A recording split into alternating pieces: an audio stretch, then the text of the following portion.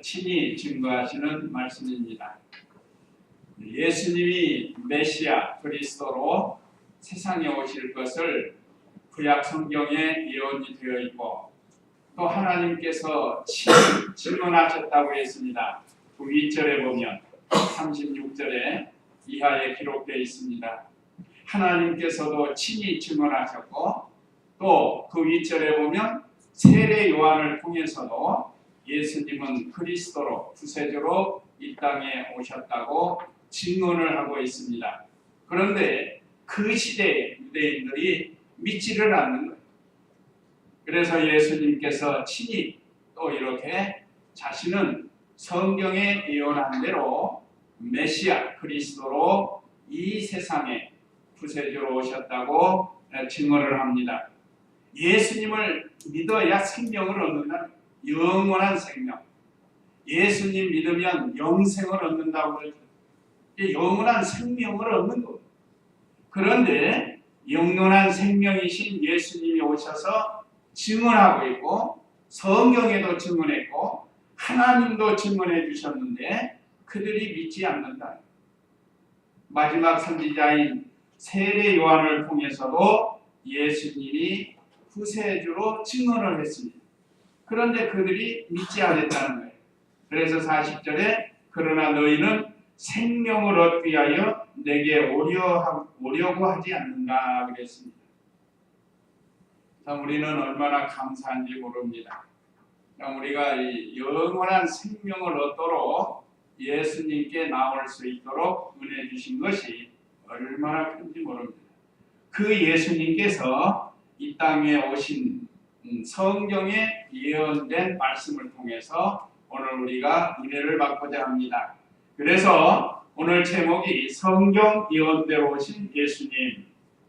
첫째, 여자의 후손으로 나신다. 창세기 3장 15절.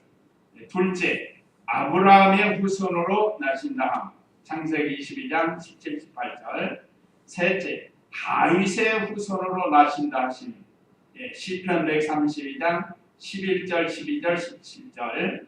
그 다음에 넷째, 처녀에게서 베들레헴에서 나신다고 예언했다. 이 내용대로 은혜를 받도록 하겠습니다. 자, 그러면 맨 먼저 예수 그리스도를 예언한 말씀이 창세기 3장 15절인데 여기 한번 읽어보시기 바랍니다. 창세기 3장 15절 말씀. 내가 너로 여자와 원수가 되게 하고 내 후손도 여자의 후손과 원수가 되게 할 것이니 여자의 후손은 내 머리를 상하게 할 것이고 너는 그의 발꿈치를 상하게 할 것이다 라고 하셨다. 이 최초의 복음이라고 합니다. 하나님께서 타락한 인간에게 최초의 복음을 주신 거예요. 여기 창세기 3장 15절은 장차 예수 그리스도께서 오셔서 원수 마귀를 심판하실 것을 예언한 말씀입니다. 그래서 창세기 3장 15절은 이 목사 또는 장로 고시에도 나오는 요긴한 말씀이에요. 최초의 복음이 무엇이뇨 하면은 창세기 3장 15절을 기록하고 써야 목사가 될 수 있고 장로가 될 수 있다는 거예요. 자, 여기 내가 너로 여자와 원수가 되게 하고, 이건 지금 선악과를 따먹은 아담과 하와 또 뱀에게, 뱀은 마귀의 마귀, 사탄에게 주시는 말씀이에요. 그래서 내가 너로 여자와 원수, 여기 여자는 교회를 가리키는 교회. 교회의 원수는 사탄이에요, 사탄. 뱀은 사탄에게 이용당하는 이 피조물입니다. 피조물. 원래 뱀이 이 사탄인 게 아니에요. 뱀은 참 아름답다고 했습니다. 지금 우리가 뱀을 보면 징그럽죠. 이건 우리하고 원수가 되는 자리에 있었기 때문에 그런 겁니다. 하나님께서 참 아름답게 다 창조하신 거예요. 그런데 아무리 아름다운 것이라도 사탄에게 이용당하면 이와 같이 무섭고 더럽고 징그러워요. 징그러워. 오늘날도 그렇습니다. 아무리 위대한 사람이라도 사탄에게 이용당해서 죄를 지으면 그 사람은 더러운 사람이 되는 거예요. 또 어떤 사람은 무서운 사람이 됩니다. 살인 강도를 하고. 그래서 이 내가 너로 여자와 원수가 되게 하고, 교회의 원수는 사탄입니다. 그 다음에 내 후손도 사탄의 후손을 가리켜요. 사탄의 후손도 여자의 후손과 원수가 되게 할 것이니, 대대로 우리 교회와 원수가 되는 건 사탄이에요. 사탄. 또 여기 여자의 후손은 내 머리를 상하게 할 것이고 그랬는데, 여기 여자의 후손은 예수 그리스도를 가리키기도 합니다. 예수 그리스도께서 이 사탄의 머리를 상하게 하신다. 마귀 사탄의 권세를 깨뜨리시는 것을 가리킵니다. 그런데 마귀 사탄이 끝까지 반항을 하면서 너는 그의 발꿈치를 상하게 할 것이다 라고 했다고 했습니다. 이것은 하나님께서 아담과 하와를 타락케 한 사탄에게 준 저주의 저주. 그러면서 또한 우리 성도들에게는 이 참 교회에 이렇게 예수 그리스도를 약속해서 우리가 이길 수 없는 사탄을 이길 수 있도록 말씀해 주신 겁니다. 그래서 타락한 인간에게 최초의 복음을 주신 게 바로 이 창세기 3장 15절 말씀입니다. 그래서 우리가 이 말씀을 잘 기억해야 돼요. 발꿈치를 상하게 한다는 건 예수님을 십자가에 못 박는 일을 하는 거예요. 사실 예수님 십자가에 못 박는 일이 얼마나 쓰리고 고통스러운 일이에요. 그렇지만 그것을 통해서 하나님께서 만대만민의 택한 백성들의 죄를 사해주는 이 놀라운 은혜의 말씀입니다. 예수님은 우리의 고난, 고통 다 당하시고 십자가에서 죽으실 것을, 그러니까 마귀는 여기까지 이용당합니다. 그렇지만 이 일을 통해서 우리의 모든 택한 백성들을 구원해 주시는 것을 가르칩니다. 또 여자의 후손으로 나실 것은 남자 없이 예수님이 태어나실 것을 가르칩니다. 여자의 후손이라는 남자 없이 나는 거예요. 자, 우리가 이 세상에 태어나는 모든 인류는 부정모혈로 태어나게 되어 있습니다. 남자와 여자를 짝지어서 결혼을 해서 자녀를 낳는 것이 이게 하나님의 생육 방법입니다. 그런데 여자의 후손으로 오신다고 한 것은 바로 남자 없이 나실 것을 가르칩니다. 사람의 이성으로는 불가능한 일입니다. 어떻게 사람이 결혼하지 않고 이 남자 없이 이 세상에 사람이 태어날 수가 있겠어요? 그건 불가능한 일이지만 하나님께서는 불가능한 걸 가능케 하십니다. 이건 신앙으로, 믿음으로 아는 거예요. 믿음으로. 그래서 우리는 예수님이 남자 없이 성령으로 잉태되신 것을 믿는 겁니다. 한번 예레미야 31장 22절, 예레미야 31장 22절을 한번 읽어보시기 바랍니다. 31장 22절. 신실하지 못한 자라 내가 언제까지 방황하겠느냐. 여호와가 세상에 새 일을 창조하였으니 곧 여자가 남자를 둘러쌀 것이다. 예. 여기 신실하지 못한 딸아, 내가 언제까지 방황하겠느냐. 여호와가 세상에 새 일을 창조하였으니 곧 여자가 남자를 둘러쌀 것이다. 구역에는 안을 것이라고 했습니다. 둘러싼다는 건 안는다는 거예요. 남자를 안으리라고 했죠. 여자가 남자를 안는다는 건 이 예수 그리스도가 남자 없이 탄생하실 것인데, 이건 새 일이라, 새 일. 하나님께서 새 일로 이 일을 하시는 일입니다. 그러니까 아까 말씀드린 이성으로는 남자 없이 이 아이가 태어난다는 건 믿을 수가 없는 일, 있을 수도 없고. 그런데 하나님께서 그 새 일을 행하셨다는 것. 이것은 장차 동정녀 마리아에게 예수님께서 잉태하실 것을 예언한 말씀입니다. 또 하나 새 일이 있는데, 그것은 우리 성도가 예수님 믿고 새 사람이 되는 것, 이것도 새 일입니다. 죽었던 영이 말씀과 성령으로 거듭나는 것, 이것도 새 일이에요. 이런 놀라운 은혜를 우리에게 베풀어 주셨습니다. 그래서 우리 예수님은 남자 없이 이 땅에 탄생하실 것을 이미 창세기 3장 15절에도 말씀이 있고, 지금 읽은 예레미야 31장에도 예언된 말씀이에요. 이 예언된 말씀이 이루어진 겁니다.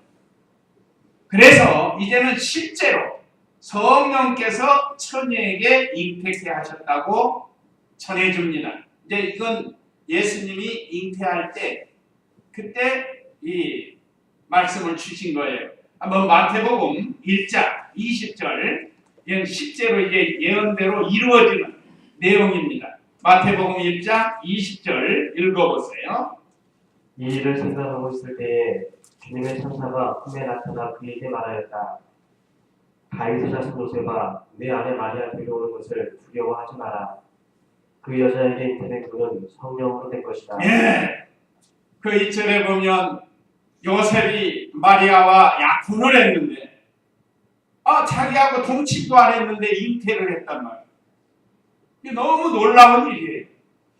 저 처녀가 그럴 사람이 아닌데 왜 그랬을까? 보통 사람 같으면 이럴 수가 있느냐, 당장 우리 이혼하자. 결혼도 안 했지만 우리 헤어지자. 안 되겠다. 아니면 언론에 요즘 터뜨려가지고 내가 사랑하고 결혼할 사람이 이런 일을 했습니다 하고 망신도 주고, 완전히 그냥 세상에서 멸시당하게 만들 건데, 요셉은 그런 사람이 아니에요.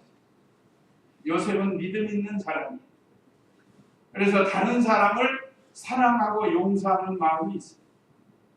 그래서 이게 웬일인가, 어찌 이런 일이 있을까 하고 기도한 거예요. 기도하니까 천사가 나타나서 요셉에게 가르쳐 준 겁니다. 자, 이 일을 생각하고 있을 때, 생각한다는 기도하는 거예요. 기도하면서 생각하는 겁니다. 주님의 천사가 꿈에 나타나 그에게 말하였다. 다윗의 자손 요셉아, 내 아내 마리아 데려오기를 두려워하지 마라. 그 여자에게 잉태된 분은 성령으로 된 것이다. 이건 부정모혈이 아니라는 뜻이에요. 하나님의 능력으로, 성령의 역사로 마리아에게 잉태할 수 있도록 했습니다. 그래서 우리 예수님은 참 사람이자 참 하나님이시고 참 구세주가 되시는 겁니다. 이제 우리 성탄절 즈음에서 증거가 될 텐데, 또 누가복음 1장에 보면 마리아가 천사를 통해서 네가 잉태하여 아들을 낳을 것이다 하고 말해줬을 때, 나는 사내를 모릅니다. 거기서 그래. 그래서 거기서도 또 이와 같이 성령께서 잉태하게 한다. 그대로 믿어요. 그때 마리아가 잉태를 하게 되는 겁니다. 그러니까 순서적으로 보면 마리아에게 먼저 찾아가요. 누가복음에. 그리고 여기는 잉태된 것을 요셉이 알았단 말이에요. 자, 이와 같이 성령께서 처녀 마리아에게 잉태케 하신, 그래서 여자의 후손으로 오십니다. 그러니까 마리아는 남자 없이 예수님을 잉태한 거예요. 그것도 성령의 능력. 그래서 여자의 후손으로 나실 것이 실제로 이루어진 겁니다. 자, 아담 때부터 예수님까지는 약 4,000년, 4,000년. 그 4,000년 전에 예언된 말씀이 4,000년 후에 이루어지는 거 아니에요. 그러니까 예언된 말씀은 시간의 차이이 반드시 이루어진다는 겁니다. 그 다음에 두 번째는 아브라함의 후손으로 나실 것을 예언했습니다. 창세기 22장 17절 18절 한번 읽어보세요. 창세기 22장 17절 18절. 내가 반드시 내게 복을 주어서 내 씨가 하늘의 별과 같고 바닷가의 모래와 같이 매우 번성하게 하겠고 내 씨가 그의 원수들의 문을 차지할 것이며 또 내 씨를 통하여 땅의 모든 민족들이 복을 얻을 것이니 이는 내가 내 말을 순종하였기 때문이다 라고 하셨다. 예. 또 이 말씀을 주신 것은 그 윗절에 보면 이 아브라함이 이제 100세에 난 아들 이삭을 하나님께 모리아 산에 가서 바칩니다. 그건 아브라함의 입장에서는 다 바친 거예요. 칼로 죽인 거나 마찬가지예요. 하나님께서 금하게 하시고 수염소를 준비해서 하나님께 제물로 드리도록 하신 사건이 그 윗절에 있습니다. 그 얼마나 사랑스러운 독자예요. 약속의 아들이고. 그런데도 하나님께서 제물로 바치라고 하니까 조금도 의심 없이 아까워하지 않고 두려워하지 않고 불평하지 않고 장작을 다 준비해서 아침 일찍 종과 함께 나무를 가지고 산에 가서 이삭을 드리자고 우리가 잘 아는 내용입니다. 자, 이런 아브라함의 믿음을 보시고 여기서 또 메시아 그리스도를 약속하신 겁니다. 그 15절에 보면 여호와의 천사가 하늘에서부터 두 번째 아브라함을 불러 말하기를 여호와의 말씀이다. 하나님 말씀을 천사를 통해서 주신 거예요. 내가 내 스스로 맹세한다. 하나님이 스스로 맹세한다. 네가 아브라함이 이 일을 행하여 내 아들 곧 내 외아들을 아끼지 않았으니 이삭을 드린 걸 가리킵니다. 그래서 17절에 내가 반드시 내게 복을 주어 내 씨가 하늘의 별과 같고 바닷가의 모래와 같이 매우 번성하게 하겠고 내 씨가 그의 원수들의 문을 차지할 것이며 또 내 씨를 통하여 땅의 모든 민족들이 복을 얻을 것이니 이는 내가 내 말을 순종하였기 때문이다 라고 하셨다. 내 씨로 말미암아 천하 만민이 복을 얻게 해주신다고 했습니다. 참 아브라함은 참 믿음이 좋은 조상이에요.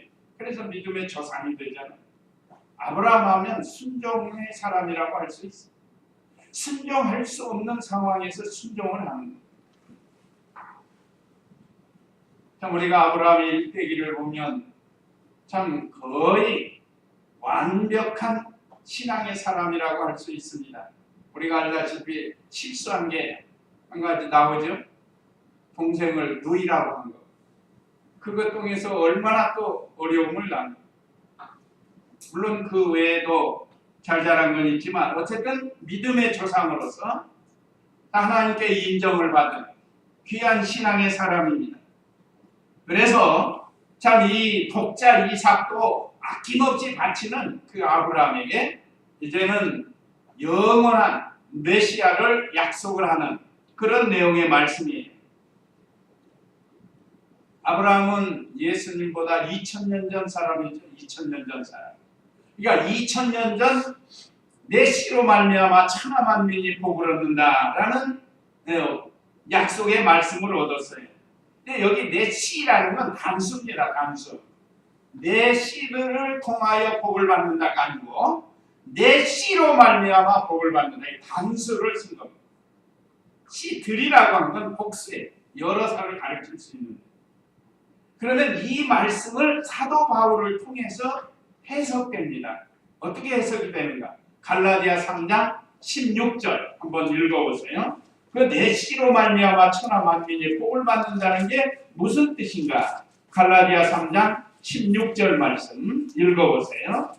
하나님께서 아브라함과 그의 자손에게 약속들을 주시면서 여러 사람을 가리켜 그리고 네 자손들에게 라고 하시지 않고 오직 한 사람을 가리켜 그리고 네 자손에게 라고 하셨으니 이분이 곧 그리스도이시다. 예, 구역 한번 볼까요? 구역. 갈라디아 3장 16절 구역 한번 보세요. 이 약속들은 아브라함과 그 자손에게 말씀하신 것인데 여럿을 가리켜 그 자손들이라 하지 아니하시고 오직 하나를 가리켜 내 자손이라 하셨으니 곧 그리스도라. 이걸 우리 바른 성경에서 자세하게 해석을 했습니다. 하나를 가리켜 내 씨로 말미암아 천하 만민이 복을 얻게 하신다고 했습니다. 그러니까 여럿을 가리켜 말씀한 게 아니에요. 그러니까 이것은 역사적으로는 이삭을 말씀하셨지만 실령적으로는 예수 그리스도를 약속하신 겁니다. 그래서 예수 그리스도로 말미암아서 우리 천하 만민 오늘 우리들까지 이 영원한 영생의 복을 받게 되었다는 겁니다. 그러나 역사적으로는 이삭을 통해서 그 후손이 얼마나 많나? 이삭의 아들이 에서와 야곱이죠. 야곱을 통해서 12아들이 나죠. 12아들이 이스라엘 지파가 되죠. 요즘 이스라엘은 지금 율법주의 때문에 그렇습니다. 예루살렘을 수도로 한 건 성경에 맞긴 맞아요. 이 아브라함에게 가나안 땅을 약속하셨고 이 성경에 기록된 말씀으로는 맞아요. 그런데 신령적인 걸 우리가 알아야 됩니다. 신령적인.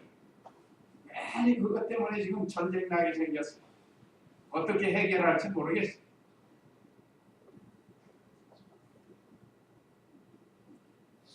우리의 예루살렘은 하나님이 함께 하시는 영적 예루살렘이 있습니다. 여기 지금 육신적으로 예루살렘을 서로 차지하려고 그러는데 그것 때문에 전쟁하고 싸우라고 하나님이 내준 게 아니에요.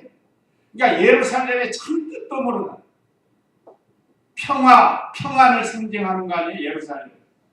평안은커녕 지금 전쟁만 맨날 서로 차지하려고. 근데 성경을 잘못 해석해서 저러는 거예요. 우리는 영원한 새 예루살렘을 바라보면서 그 세계, 하나님이 계신 곳, 하나님을 섬기는 곳, 우리가 바로 이 예루살렘 생활을 해야 됩니다. 어쨌든 역사적으로는 이렇게 아들 이삭을 예언한 말씀이고 거기에 역사적으로 끝난 게 아니고 신령적으로는 예수님을 뜻한다는 것. 그래서 아브라함 후손으로 예수님이 이 땅에 오신 겁니다. 그래서 창세기 21장 1절에서 5절에 보면 아브라함 나이 100세, 사라 나이 90세, 10년 차이 나거든요. 남편하고. 그때 하나님께서 약속대로 이미 오래전에 약속을 하신 거예요. 75세 때 약속하시고 100세 때 그 아들을 주는 거예요. 이게 중간에 아브라함이 이제 하나님이 다른 방법으로 주신다고 다 떠가지고 이제 인본주의 방법이 나오죠. 그게 뭐죠? 하가를 취하는 게 하가를 통해서 이스마엘을 낳지 않습니까? 이건 약속의 아들이 아니에요. 그 후에 100세 될 때에 하나님께서 이미 약속하신 대로 아브라함과 이 사라를 통해서 이삭이 출생을 하는 겁니다. 이게 좀 참았어야 되는데 좀 참지 못했어요. 처음에는 이 엘리에셀이 내 후계자가 될 겁니다. 그렇게 생각하고 그 엘리에셀이 참 종이에요. 아브라함의 종인데 너무 아주 착하고 아브라함 마음에 쏙 들었다. 근데 그것도 안 되니까 이제 하가를 취해가지고 후처를 만들어가지고 거기서 또 낳은 아들이 이스마엘인데 우리 성경 역사가들은 지금까지 지금 그 중동에서 싸우는 게 바로 그거랍니다. 말하자면 이삭의 후손과 이스마엘 후손이 싸우는 거예요 지금. 그렇게 얘기합니다. 어쨌든 참 하나님의 말씀은 반드시 이루어진다는 것을 우리에게 가르쳐요. 아브라함은 2000년 전 말하자면 예수님의 조상으로 있던 사람이에요. 물론 이 육신적으로는 조상이지만 그 이전에는 우리 예수님은 창조자이십니다. 하나님이세요. 영원 전부터 계셨던 분이에요. 그러니까 이 세상에 예수님으로 오신 것은 2000년 후에 아브라함의 후손으로 오신 건 확실한 거예요. 그러나 이렇게 혈통적이고 육신적으로만 해석을 하면 안 돼요. 그냥 반드시 신령한 뜻이 있다.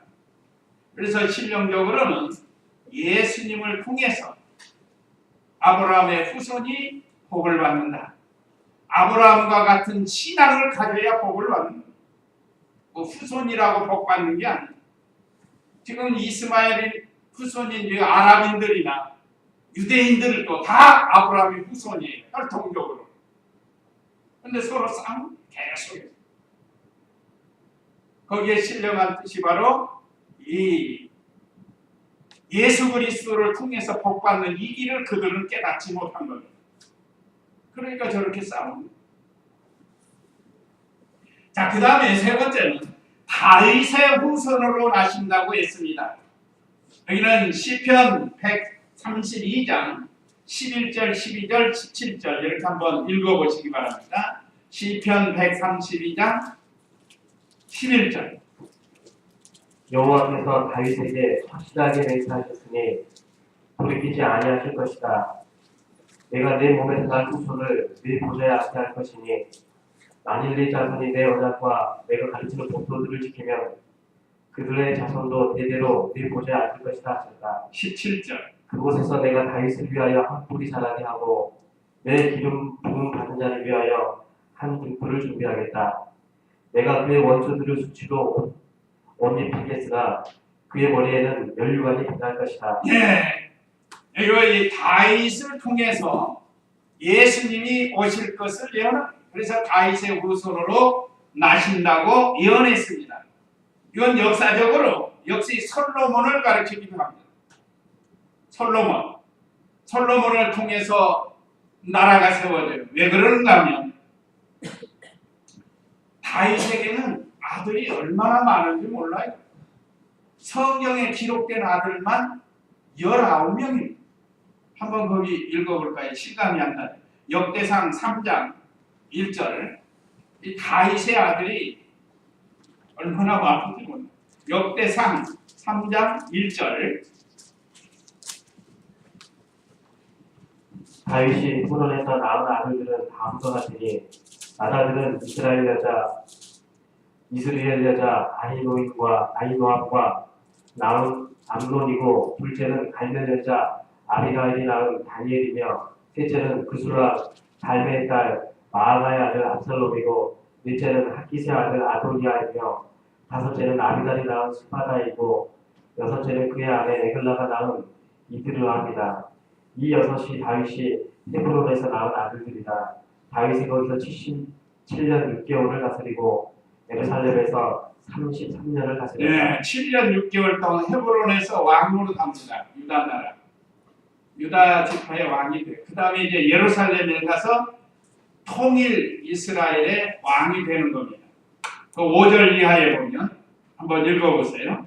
예루살렘에서 태어난 아들들은 다음과 같으니 시므아와 소박과 나답과 솔로몬 이 네 사람은 암미엘의 딸 다수아가 낳았으며 또 이팔과 엘리사바와 엘리벨렉과 노가와 네벡과 야비야와 엘리사바와 엘야다와 엘리벨렛이 있으니 이 9명도 모두 다윗의 아들들이며 그 외에도 그들의 누이 다말과 첩들의 아들들이 있었다. 예. 여기에 또 9명을 또 예루살렘에서 낳죠. 그 다음에 또 첩들의 아들들이 있다고 했습니다. 그러니까 전체를 합치면 19명이 기록되어 있고 그 외에도 또 있다. 다른 다말만 기록이 되어 있는데 그 얼마나 많은 아이를 뒀는지 몰라요. 그런데 그 중에서 솔로몬이 왕이 되는 거예요. 솔로몬을 통해서 나라가 복을 얻게 된다고 했습니다. 이것이 역사적으로는 솔로몬을 예언을 했지만 여기 또한 신령적으로는 예수 그리스도를 예언한 겁니다. 그래서 이 예언대로 솔로몬이 많은 어려움 속에서 그 이스라엘 제2대 왕이 되는 3대. 1대는 사울이고 2대는 다윗이고 3대는 솔로몬인데 다윗의 후손이 대대로 왕으로 갑니다. 마지막 유대 나라가 멸망하는 시드기야 왕 때까지. 이건 하나님의 약속의 말씀. 북이스라엘은 그렇지 않아요. 북이스라엘은 솔로몬 다음에 그 아들 르호보암 때 나라가 둘로 갈려지는데 여로보암이 북이스라엘 왕이 되고, 그러나 남유다는 대대로 다윗의 아들들 후손들이 왕이 돼요. 그러나 북이스라엘은 그렇지 않습니다. 어쨌든 하나님의 말씀이 솔로몬이 역사적으로는 다윗의 후손으로서 왕이 되어서 나라를 다스릴 것. 그래서 이 솔로몬 시대에는 평화스러웠습니다. 평화. 물론 말년에는 우상 숭배하면서 참 어려움이 있었지만 회개하고 노년에 회개하고 전도서를 쓰잖아요. 철저하게 회개하면서 전도서를 쓰게 되는데, 어쨌든 여기 신령한 뜻은 예수 그리스도를 예언한 겁니다. 오늘 여기 11절 다시 보면 여호와께서 다윗에게 맹세하게 확실하게 맹세하였으니 돌이키지 아니할 것이다. 하나님의 맹세, 약속의 말씀은 돌이키지 않는다는 거예요. 내가 내 몸에서 날 후손을 내 보좌에 앉게 할 것이니, 그 아도니아가 왕되려고 수단 방법 쓰다가 결국 그도 죽지 않아요. 여러 아들이 서로 왕되려고 하는 게 많아요. 압살롬이라든지 반역을 해서 왕이 되려고. 그렇지만 결국은 솔로몬이 왕이 됩니다. 그래서 12절에 만일 내 자손이 내 언약과 내가 가르치는 법도를 지키면 그들의 자손도 대대로 내 보좌에 앉을 것이다. 하나님의 은혜를 복을 받으려면 언약의 말씀을 지켜야 된다. 오늘날 우리들도 그렇습니다. 우리와 우리 자손이 대대로 복을 받으려면 이 언약의 말씀을 지켜야 된다. 17절에 그곳에서 내가 다윗을 위하여 한 뿔이 자라게 하고, 이 예수님을 예언한 거예요. 메시아 그리스도를 예언한 거예요. 내 기름 부음 받은 자를 위하여 한 등불을 준비하였다. 그래서 그리스도는 기름 부은 자라는 뜻이라고 그랬어요. 왕으로 제사장으로 선지자로. 예수님은 기름 부음 받은 그리스도이십니다. 내가 그의 원수들을 수치로 옷 입히겠으나 그의 머리에는 면류관이 빛날 것이다. 우리 예수님은 영원한 면류관을 얻게 된다고 했습니다. 그래서 우리 예수님이 왜 다윗의 후손으로 오시는가? 또 하나는 만왕의 왕으로, 영원한 왕으로, 우주의 왕으로 오실 것을 예언한 겁니다. 왕하면 다윗이 대표적이죠. 그래서 우리 예수님이 다윗의 후손으로 오시는 것은 만왕의 왕이요, 영원한 왕이요, 우주의 왕으로 오실 것을 예언한 말씀이기도 합니다. 그 다음에 이제 네 번째, 처녀에게서 베들레헴에서 나신다고 예언했는데, 자, 처녀에게 나온다, 탄생하신다는 걸 예언한 건 좀 더 구체적이에요. 전에는 여자의 후손으로 오신다고 했죠. 이제는 좀 더 진리가 밝혀져서 이사야 시대에는 처녀에게서 나실 것을 예언했습니다. 이사야 7장 14절 읽어보세요. 그러므로 주께서 친히 너희에게 징조를 주실 것이다. 보아라, 처녀가 잉태하여 아들을 낳을 것이며 그의 이름을 임마누엘이라 부를 것이다. 네, 점진적으로 진리가 더 드러나는 겁니다. 여자 하면은 어린아이도 여자고, 처녀도 여자고, 중년도 여자고, 할머니도 여자고, 다 여자인데, 이번엔 이사야를 통해서는 처녀에게 잉태될 것을 약속했습니다. 그 성경에 처녀에게 잉태된다는 말씀은 여기 한 절밖에 없어요. 성경 전체를 봐. 그렇지만 한 절이지만 확실하게 구세주 메시아로 오실 것을 약속했습니다. 보아라, 처녀가 잉태하여 아들을 낳을 것이며 그의 이름을 임마누엘이라 부를 것이다. 이사야는 주전 700년 전 선지자입니다. 그래서 예수님 탄생을 처녀에게서 나실 것을 예언했어요. 그래서 마태복음 1장 23절에서는 아들을 낳으리니 이름을 임마누엘이라 하라. 여기 임마누엘, 여기 이사야 10장 14절에도 임마누엘이 나오죠. 그러면 임마누엘의 해석은 마태복음 1장 23절에서 나와요. 아들을 낳으리니 임마누엘이라 하라. 이런 번역한즉 하나님이 우리와 함께 계시다. 그게 임마누엘이라는 뜻은 하나님이 우리와 함께 계시다. 이건 놀라운 일입니다. 요즘 강아지 사랑하는 사람 많아가지고 참 개팔자가 상팔자가 돼가지고 사는 강아지가 얼마나 많은지 몰라요. 아무리 강아지를 사랑해도 내가 강아지 되라고는 되겠어요?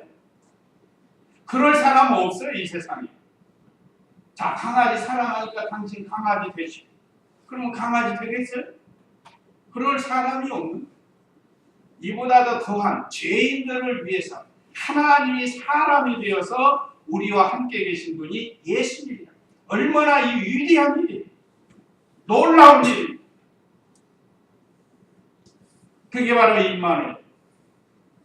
하나님이 우리와 함께 계시려고 사람의 몸으로 이 땅에 오신 분이 바로 예수님이시다. 참 우리가 너무나 큰 은혜를 받았습니다.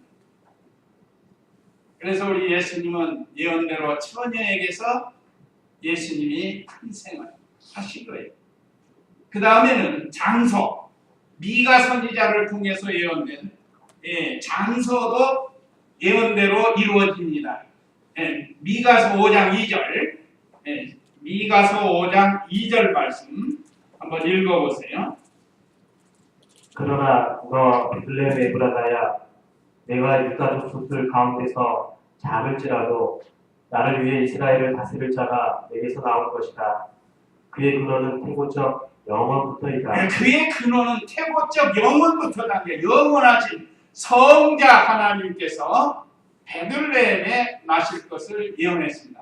하고 많은 장소가 있어요. 우리나라도 얼마나 장소가 많아요. 우리나라. 그런데 왜 유대 땅 베들레헴에서 나시는가? 그건 하나님의 섭리고 하나님의 뜻이에요. 왜 유대 땅 베들레헴에서 나셔야 됩니까?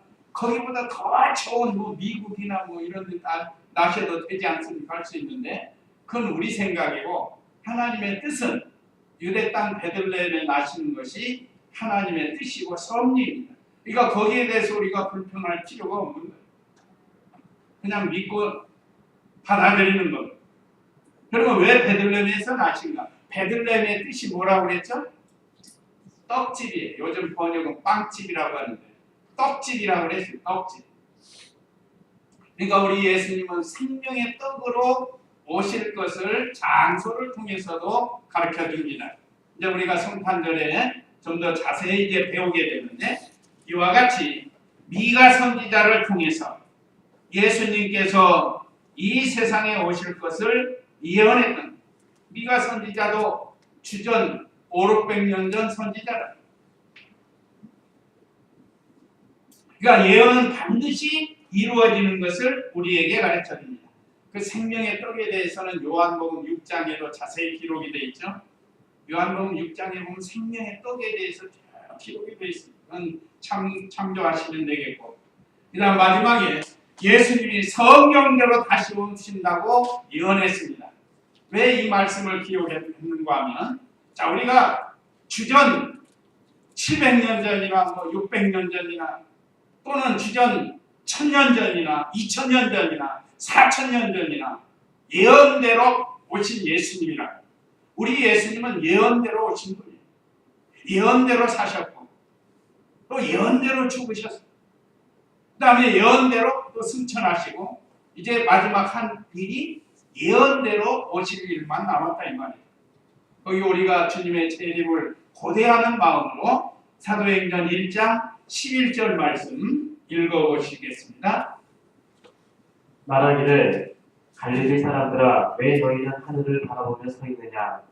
너희에게서 하늘로 들림을 받으신 이 예수께서는 너희가 하늘로 가신 것을 본 그대로 오실 것이다 라고 하였다. 예, 예수님은 성경대로 다시 오신다고 말씀하신 겁니다. 그래서 오늘 크리스찬들은 이 주님의 재림을 고대하면서 지금 이 땅에서 믿음을 지키고 살아요. 언제 오실지 알 수 없어요. 오늘 오실지 아니면 내일 오실지. 그러나 우리는 언제나 주님의 재림을 고대하면서 믿음을 지켜야 된다. 우리 예수님은 아까 말씀드린 것처럼 성경대로 오셨습니다. 그러니까 우리도 예수님을 배워서 성경대로 살아야 돼요. 예수님은 성경대로 사셨죠. 이제 다시 오신다고 하신 것도 성경대로 오신다고 약속을 했습니다. 어느 날 오실지 우리는 알 수 없지만 하나님이 예정하신 때에 오시는 거예요. 성경대로. 그래서 제가 자주 얘기하는 우리 여기 손양원 목사님 찬송 그 작사 작곡한 거 있어요.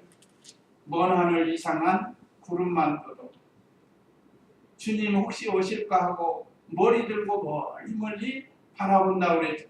이거 우리가 마음 큰 놓고 주님 재림 고대하지 않는 그런 신앙이 되지 말고 언제 오시는지 주님의 재림을 고대하는. 자, 여기 오늘 분명하게 말씀했죠. 사도행전 1장 11절에 말하기를 갈릴리 사람들아 왜 너희는 하늘을 바라보며 서 있느냐? 너희에게서 하늘로 들림을 받으신 이 예수께서는 너희가 하늘로 가신 것을 본 그대로 오실 것이다 라고 했습니다.